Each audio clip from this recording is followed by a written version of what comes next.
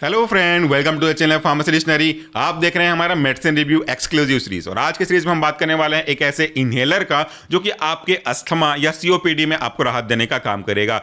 क्या इसका brand name है, क्या इसका एक्टिव कॉन्स्टिट्यूएंट है, सबसे इंपॉर्टेंट चीज कि इसके काम करने का तरीका क्या है, इन सब के बारे में डिस्कस करेंगे। सबसे पहले आप अपने ब्रांड नेम को अपनी स्क्रीन पे देख सकते हैं। आज हम डिस्कस करने वाले हैं फोराकॉट 200 इनहेलर के बारे में, जिसमें डोज इंडिकेटर या डोज काउंटर भी इंक्लूड किया गया है। ये फोराकॉट 200 बनाया गया है सिप्ला कंपनी के द्वारा और ये एक इनहेलर का एग्जांपल है, यानी कि इसको आपको इनहेल करके लेना पड़ेगा। तो आखिर ये ड्रग का इंडिकेशन क्या है, इसे आपके डॉक्टर ने क्यों दिया है, लेकिन सबसे पहले बात करते हैं उसके कॉन्स्टिट्यूएंट के बारे में। इसमें दो एक्टिव कॉन्स्टिट्यूएंट यूज किया गया है। पहला है आपका फोमोटेरॉल फ्यूमरेट और दूसरा है आपका बुडेसोनाइड। अगर हम इनके कंसंट्रेशन के बारे में बात करते हैं रेस्पेक्टिवली, तो आपका जो फोमेट्रॉल है ये 6 mcg है और आपका बुडेसोनाइड IP ये 200 mcg है। और यहां पे डायरेक्शन लिखा हुआ है, refer the enclose leaflet for the use. Pressurise container है, इसे आपको सनलाइट से दूर रखना है और इसे पंचर नहीं करना और बच्चों की पहुंच से बिल्कुल दूर रखना है। ये प्रेशराइज सिलेंडर है, जैसे घर में रहता है ना छोटा मोटा सिलेंडर, आप बाथरूम में फ्रेशनिंग के लिए यूज करते हो, एग्जैक्टली वैसा का वैसा ये काम करता है।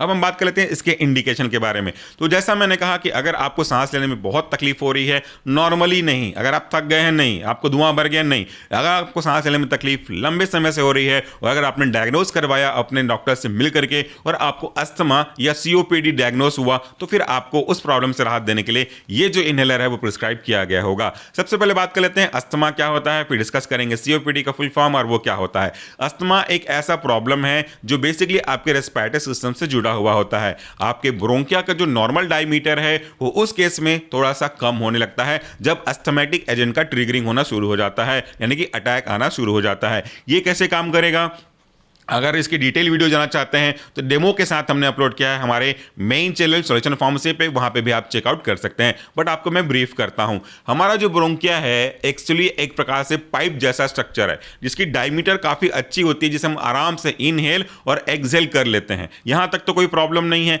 लेकिन अगर किसी व्यक्ति को अस्थमेटिक अटैक आता है तो उनका जो ब्रोंकिया है वो कॉन्स्ट्रिक्ट हो जाता है, यानी कि इसकी जो गोलाई है वो छोटी, मैं आपको दिखा नहीं पा रहा, इस तरह से छोटी होने लगती है उसकी गोलाई। इसकी गोलाई कम होने की वजह से जो एयर के मूवमेंट के लिए पैसेज था, रास्ता था, वो भी सकरा होता चलता है।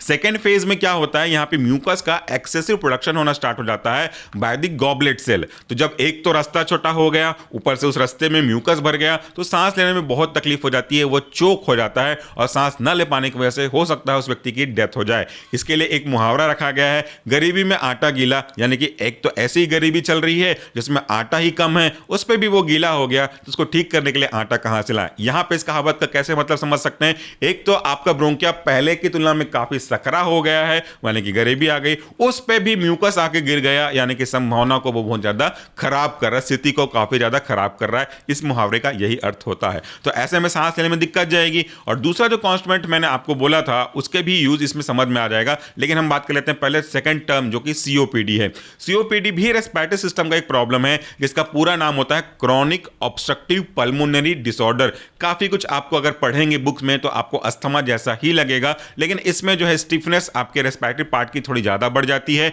इसमें जो आपके लंग्स हैं, उस लंग्स में जो यूनिट ऑफ रेस्पिरेशन है, एल्वेलाई है, वो ब्रेक होने लगते हैं, उनको प्रॉब्लम होने लगती है, जिसे कहते हैं एम्फेसीमा की प्रॉब्लम जनरेट हो जाना। और ये काइंडली थोड़ी सी रिवर्सिबल नहीं होती है, जबकि अस्थमा को आप मैनेज कर सकते हो। तो इन दोनों प्रॉब्लम में कॉमन चीज एक यही है कि आपको सांस लेने में तकलीफ जाएगी, आपका रेस्पिरेटरी ट्रैक्ट थोड़ा सा सकरा हो जाएगा, म्यूकस का एक्सेसिव फॉर्मेशन होने लगेगा। अब प्रॉब्लम तो हो गई, अब हमको सॉल्व कैसे करें, उसी को तो सॉल्व करने के लिए आपके दवाई लोगे। सॉल्व करने का सिंपल तरीका यह है कि आपके जो म्यूकस के अंदर जो एक्सेसिव प्रोडक्शन हो रहा था उसको हम कम कर सकें। दूसरा रास्ता यह है कि इन्फ्लामेशन जो हो रहा था, उसी इन्फ्लामेशन की वजह से जो डायमीटर कम हो रहा था उसको कम कर सकें। या तो आप इन्फ्लामेशन को कम मैनेज नहीं कर पा रहे हो तो आपकी ब्रोंकिया को हम जो कॉन्स्ट्रिक्ट हो चुका है इसे वापस डायलेट कर सकें। तो ऐसे कई अलग अलग रास्ते होते हैं जिनके अंदर जाकर हम इस प्रॉब्लम को ठीक कर सकते हैं। अभी तो सबके बारे में डिस्कस नहीं करूंगा, आप प्लीज अस्थमा का डिटेल लेक्चर हमारे मेन चैनल सॉल्यूशन फार्मेसी पे चेकआउट करिएगा।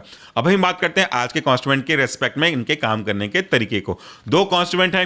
पहला कॉन्स्टिट्यूएंट है आपका फोमेट्रॉल, जो कि एक ऐसा ड्रग है जिससे हम अपने अस्थमेटिक अटैक को या सीओपीडी के अटैक को कम कर सकते हैं। ये जो फोमेट्रॉल है वो आपके ब्रोंको डायलेटर का काम करता है, यानी कि जो ब्रोंकिया है जो कॉन्स्ट्रिक्ट हो गई है इसे वापस से डायलेट करने का काम करेगा। तो कॉन्स्ट्रिक्शन की वजह से जो प्रॉब्लम प्रॉब्लम, क्या प्रॉब्लम? एयर के पैसेज में दिक्कत, एयर के मूवमेंट में दिक्कत, सही क्वांटिटी में एयर के जाने में दिक्कत। क्यों हुआ था? क्योंकि गोलाई कम होती गई थी तो प्रॉब्लम हुआ। भाई स्वाभाविक सी बात है कि अगर आपको किसी बड़े से गोल रास्ते में घुसने के बोला जाए तो आराम से घुस जाओगे, बट अगर वो छोटा कर दिया जाए तो आपके लिए घुसने में तकलीफ जाएगी कि नहीं जाएगी? सेम चीज यहां पे भी है। तो ये आपका जो ड्रग है ये आपके ब्रोंकिया को डायलेट करने का, फैलाने का काम करता है। तो जब ब्रोंकिया डायलेट हो जाएगा तो आपकी प्रॉब्लम सॉल्व हो जाएगी।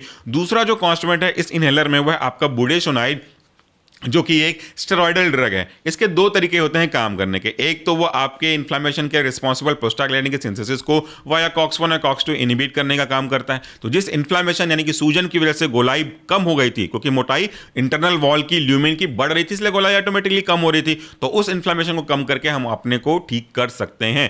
दूसरा इसका जो मैकेनिज्म एक्शन होता है स्टेरॉइड्स का, वो आपके इम्यून सिस्टम को रेस्पेक्टिवली पर्टिकुलरली टेम्परली उसको कम करने का काम करता है, यानी कि इम्यून सिस्टम को थोड़ा सा इनहिबिट करेगा, इम्यूनो सप्रेसिव इफेक्ट देगा, जिसकी वजह से इन्फ्लेमेशन हो रहा था, जिस इम्यून सिस्टम के ओवर एक्टिव होने की वजह से सेंसिटिविटी बढ़ रही थी, रेस्पेक्टिवली एलर्जन की वजह से, जिसके कारण से आपको अस्थमेटिक एजेंट आया, उसको कम करके आपको राहत देने का काम करता है। तो जब कभी भी आप इनहेलर करेंगे तो आपको इमीडिएट राहत देगा। इमीडिएट क्यों? क्योंकि रूट ऑफ ड्रग एडमिशन के अकॉर्डिंगली ये इनहेलेशन ना बहुत अच्छे तरीके से काम करता है, बहुत जल्दी काम करता है as compare to the oral route of drug administration. तो इससे आपको राहत मिलने का काम करेगा।